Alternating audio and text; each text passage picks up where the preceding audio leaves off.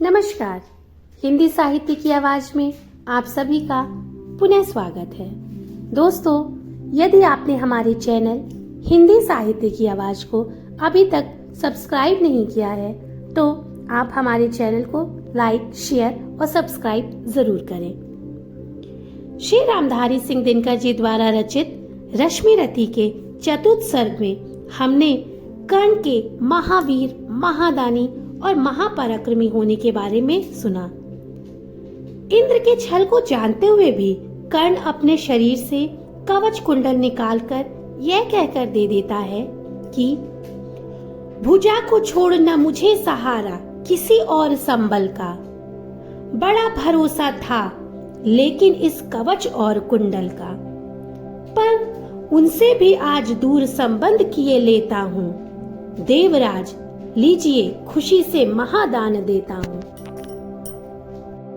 5वें सर्ग में श्री रामधारी सिंह दिनकर जी ने लिखा है कि किस तरह भगवान श्री कृष्ण के समझाने पर भी जब कर्ण नहीं माना तो माँ अपने ही बेटों के बीच में युद्ध होता देख यही सोच के व्याकुल हो रही कि हार जीत किसी की भी हो, लेकिन कलेजा तो माँ का ही फटेगा।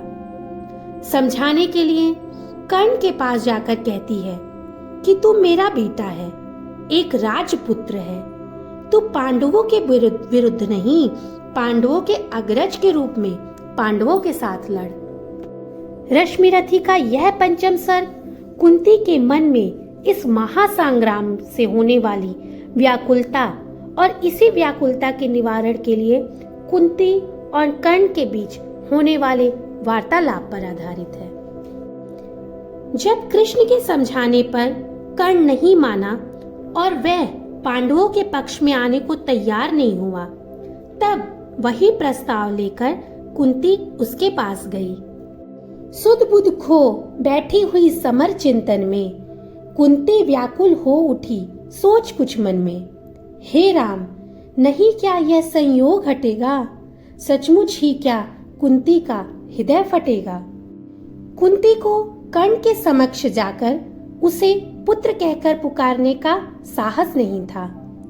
वह प्रतिदिन सोचती थी कि अब कर्ण को सब कुछ बताए बिना काम नहीं चलेगा, किंतु कर्ण की ओर जाने का उससे साहस नहीं होता था। आखिरकार जब युद्ध आरंभ को मात्र 1 दिन रह गया, तब वह सारी शक्ति समेट कर कर्ण के पास गई और बोली कि तू मेरा बेटा और पांडवों का भाई है, अतएव इस युद्ध में उन्हीं का नेता बन। राधा का सुत तू नहीं, तनय मेरा है, जो धर्मराज का वही वंश तेरा है। तू नहीं सूत का पुत्र राजवंशी है, अर्जुन समान कुरुकुल का ही अंशी है। कर्ण ने कुंती को उससे भी कड़ा उत्तर दिया जैसा उसने भगवान कृष्ण को दिया था। डूबते सूर्य को नमन निवेदित करके कुंती के पद की धूल शीर्ष पर धर के राधे बोलने लगा बड़े ही दुख से, तू मुझे पुत्र कहने आई किस मुख से।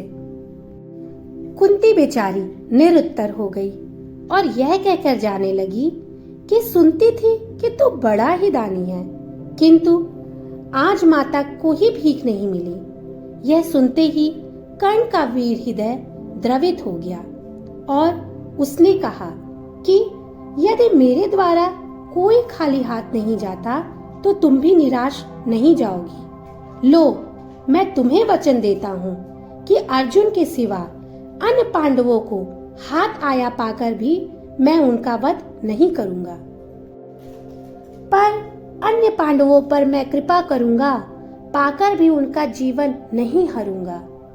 अब जाओ हर्षित हृदय सोचिए है मन में, पालूंगा जो कुछ कहा उसे मैं रण में।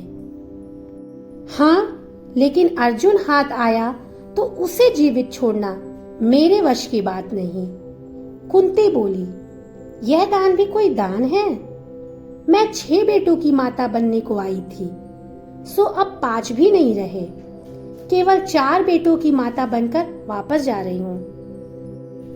पाकर ना एक को और एक को खोकर मैं चली 4 पुत्रों की माता होकर। कै उठा कर्ण 6 और 4 को भूलो, माता यह निश्चय मान मूद में फूलो। इस पर कर्ण भावुकता में आ गया और बोला, 6 और 4 का हिसाब गलत है माँ।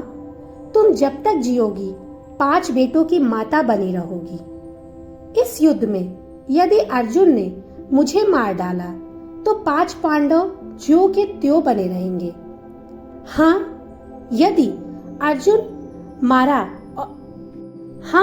यदि अर्जुन मरा तो विजय दुर्योधन की हुई, तो मैं दुर्योधन का पक्ष छोड़कर तुम्हारे पास आ जाऊंगा, जिससे पांडवों की संख्या 5 की 5 रह जाए। किंतु मैं यह व्यर्थ कह रहा हूँ, जिसके रक्षक स्वयं कृष्ण हैं, उसका विनाश क्यों होगा। पर कहीं काल का कोप पार्थ पर बीता, वह मरा और दुर्योधन ने रण जीता। मैं एक खेल फिर जग में दिखलाऊंगा, जय छोड़ तुम्हारे पास चला जाऊंगा। दोस्तों, कुंती और कर्ण के इसी वार्तालाप के साथ 5वें सर्ग की समाप्ति होती है। हम आपसे छठे सर्ग को लेकर पुनः मिलते हैं। धन्यवाद।